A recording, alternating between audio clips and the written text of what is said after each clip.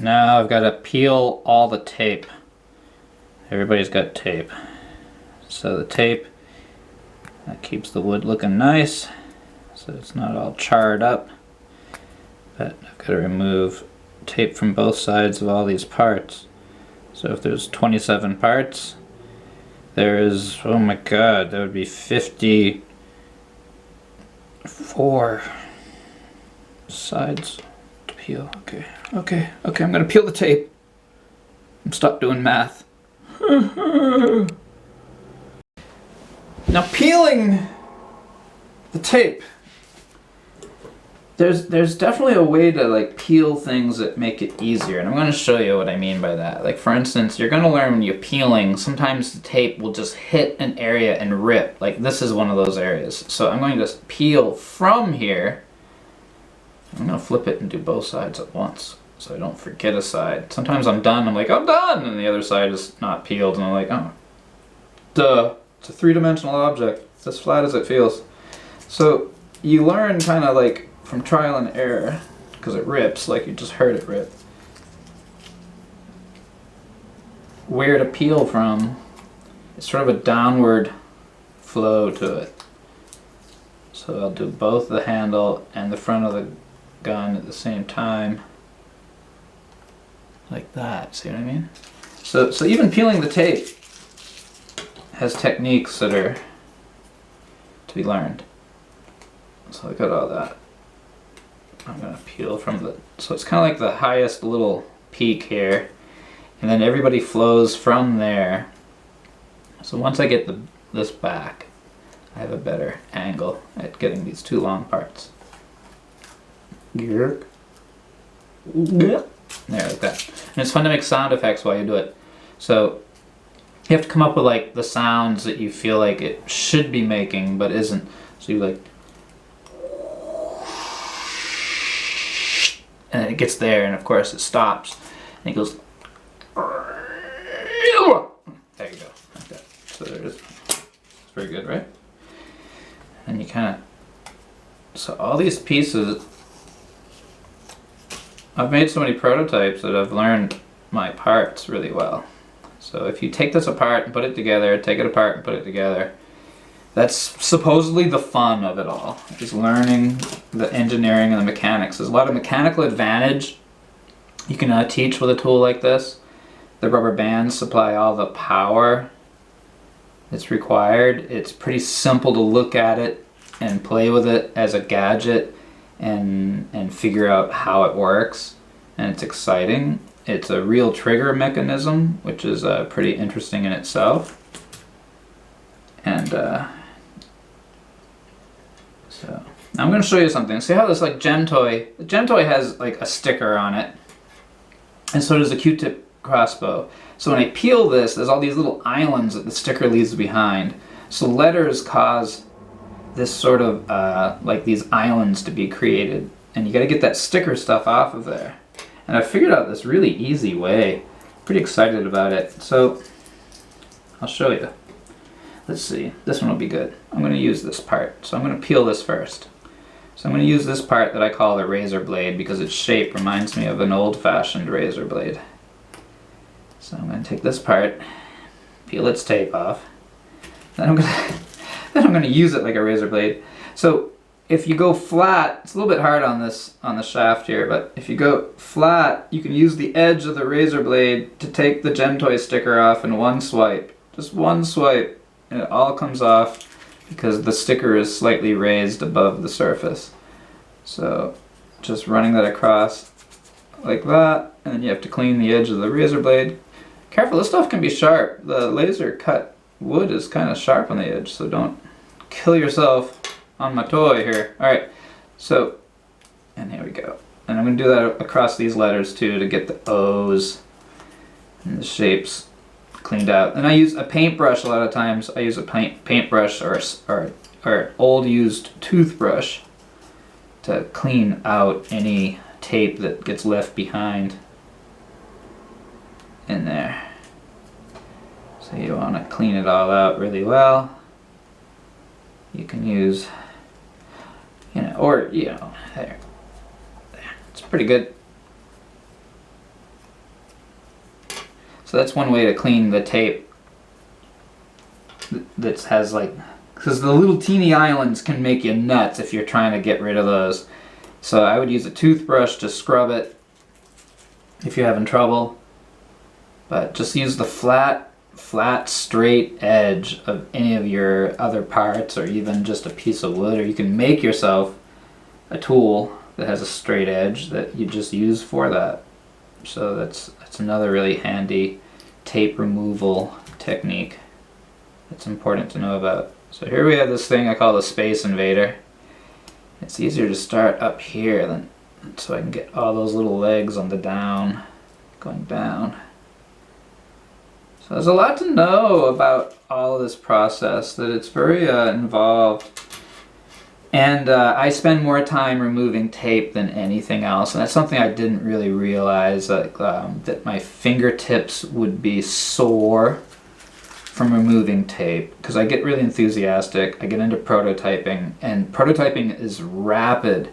It's super fast. Like, you make something, you print it, so you can get involved, but you got to peel tape between each prototype and each layer. So that's what I didn't realize getting into all this, is how much tape I'd be peeling for the rest of my life. So I think that if you can, if you get a Glowforge laser cutter, hire an intern or get like a couple weeks into it, and then be willing to like find someone that like wants to learn, and let them be your apprentice, and they'll become your tape peeling apprentice. And there you go. So, and people get excited about this stuff, so you can always find yourself a tape peeler somewhere. I have friends that like peeling. I'll be like, hey, you want to peel some tape? They're like, yeah, and they like sit and they check it out, and they get to see my new thing. So so there is some kind of like tape peeling appeal. It has an appeal to a certain group of people, you see. But I get really tired of it. I'm haggard from the peeling of tape, and no one needs that. I never wanted that. I never said, you know, I think I'll invest heavily into peeling tape for the rest of my life. I just would never have thought that about that. So that's my biggest bummer of the whole thing.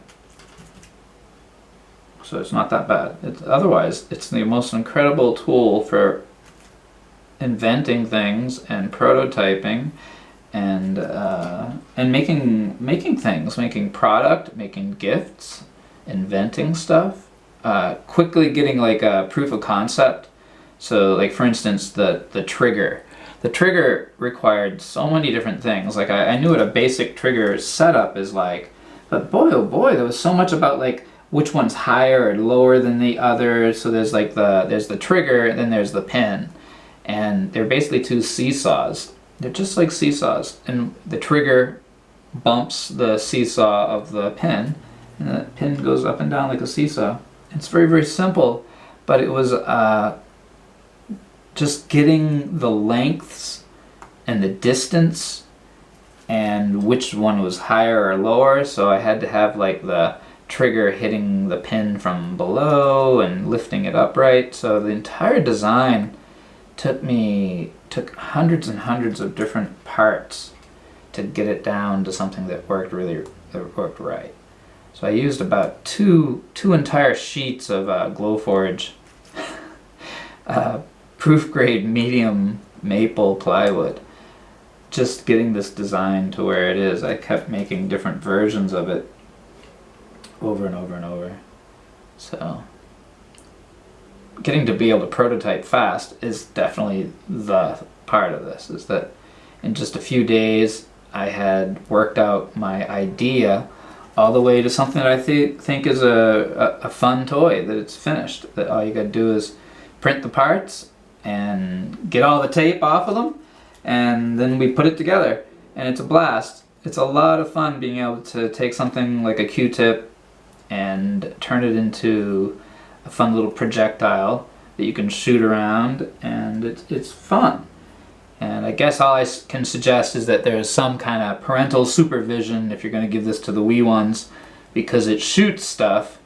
And a few of them, when we did this out of acrylic, the front of it broke off like violently. The pressure of the rubber band would make the acrylic under pressure after about a half hour of play break, but it would break and explode. So it was really quite shocking and surprising to the user, and it sent it forward really fast. So it would like blast these guardrails, which is a funny name for something that explodes. The guardrails would break off at this front part that holds everything together, where all the pressure actually is in the front, and they would blast forward when they break off. And so it was I was like, whoa. So making the guardrails out of plastic doesn't work. The wood, however, is extremely resilient, has all this forgiveness and give, so that you can put a lot of pressure on it, and it can be small.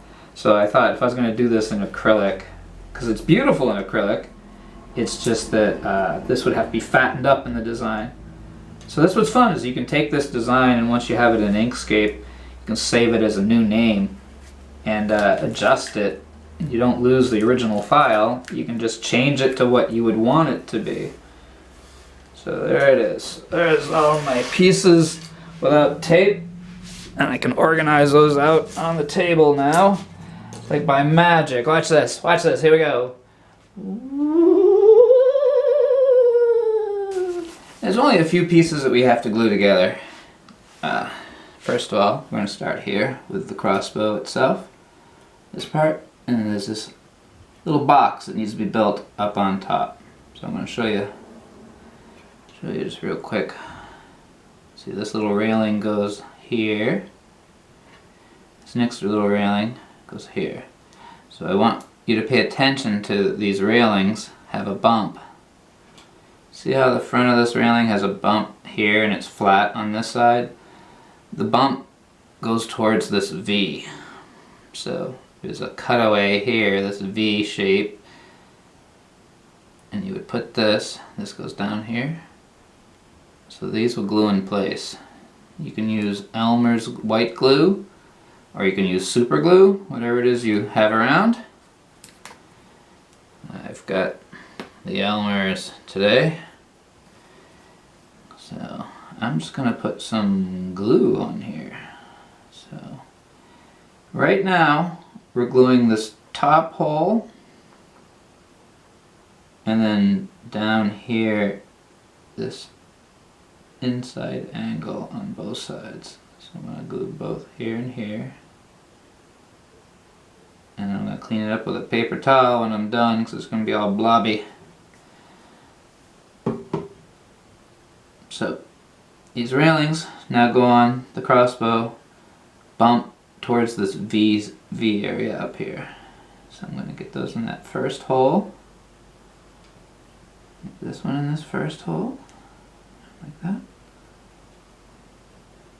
And this inside channel is where the Q-tip is going to shoot out of this box. So I want to get the inside of that area tidy. I don't want it to be blobbed out. So, and it's just thick enough for a Q-tip stick, so it's hard to get the Q-tip in there. Alright, so there we go. So that's all oozing, but while that's oozing, I'm just going to attach the top. That's this little thing here. So this is the box top. So I'm going to add glue to these little angles.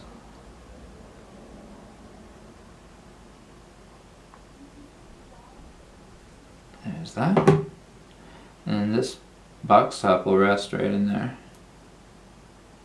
There. So there's not much to it. It's just those two little railings. So it creates a little square hole in the middle, and that's actually where the Q-tip will go. So the Q-tip will just fit right in there. Here we go. So I'm going to clean this up now, because I don't need all the blobs. So I'm going to clean off some blobs. It's good to clean blobs. And that's the crossbow itself. That's all I had to do to this. This will dry fast. I'm going to set this aside. There we go. Does that come out good? And there it is. Q-tip crossbow. And the box has been built on top. Very, very nice. Now I could run like a Q-tip through it. Let's see what I have around here. I have a Q-tip I've cut one tip off of so I can use it. That'll be my weapon later. So that's how this will work. And right now I'm just going to make sure that fits through there and there's no blob of glue getting in its way. I'm going to clean off my Q-tip so that can be my weapon later. That's my projectile. That's a good one. Alright, so that's the top. I'll let that dry. I'm going to work on the seat. So this is part of the trigger mechanism. It has the Gem Toy logo on one end. It's a long stick and it has a square bump on the top here. And I'm going to take these two little pieces of the seat. This builds like a little chair. So this little chair will go on here and the back would be on the logo side over here like this. So it's cut away. So I'm going to glue those together. I'll just show you. Here's some gluage on the peg. Then I put this bottom part of the seat on there. Then I'm going to glue the cutout bit as it's cut out on one end. So I'm going to get some glue on the cutout. And I'm going to put the back of the seat going up like this. So now it's literally just a little chair. The world's littlest chair is right there. And I've got to clean the blobs. Forever cleaning the blobs. You can use Q-tips. You can use paper towel. And that will make it dry faster and make it run smoother. You don't want to have big glue blobs blocking your mechanics and slowing stuff down. All that texture and stuff could slow the shaft down. So make sure there's no glue at all on here. That's important. Just where you need it, not where you don't. So alright, so square it up. Get that on there and square up your seat. And just let that dry. But it's as simple as that. That's all you do is make a little two-piece chair. Alright, so I'm going to set this. This will stand and dry. So I'm going to put that aside to dry. We have one last thing. One last thing to do is the trigger itself. So, the trigger looks like a little duck. Duck with his beak open. Quack, quack, quack, quack, quack, quack. And so we're going to feed the duck. It's pretty important. This little teeny, it's like a U. This is duck food. So the duck food will go in that beak. And that widens the end of the trigger. So that's all. The trigger, the piece of wood is as thick as everything else, and this makes the trigger have a fatter end. So we just glue this in place into the duck. Gotta feed the duck. That's important. Quack, quack, quack, quack, quack, quack, quack. Let me put that in there. We're gonna clean the blobs because look at that. It's a very blobby. That duck has a sinus congestion. I gotta clean, let him blow his little duck nose. Alright, blow, blow, blow. Those little baby ducks. It just won't blow when you tell them to. Alright, here we go. So there it is. That's... You fed the duck. That's very important. Alright, so we have the three parts we needed to glue together are now glued together. So those need to dry. You need to set these aside and let them dry before we go further because there's going to be a lot of pressure and rubber band pressure put on to these parts. So let them dry and then we'll come back and we'll do some more. I promise you. And we'll put this whole thing together. Alright, in the next video, that's what you're really waiting for, is how to put all this together. So, in the next video, we're going to take all 27 parts, and we're going to put them together so you have one of these Q-tip crossbows. Yeah, so close. Come on, one more. Come on.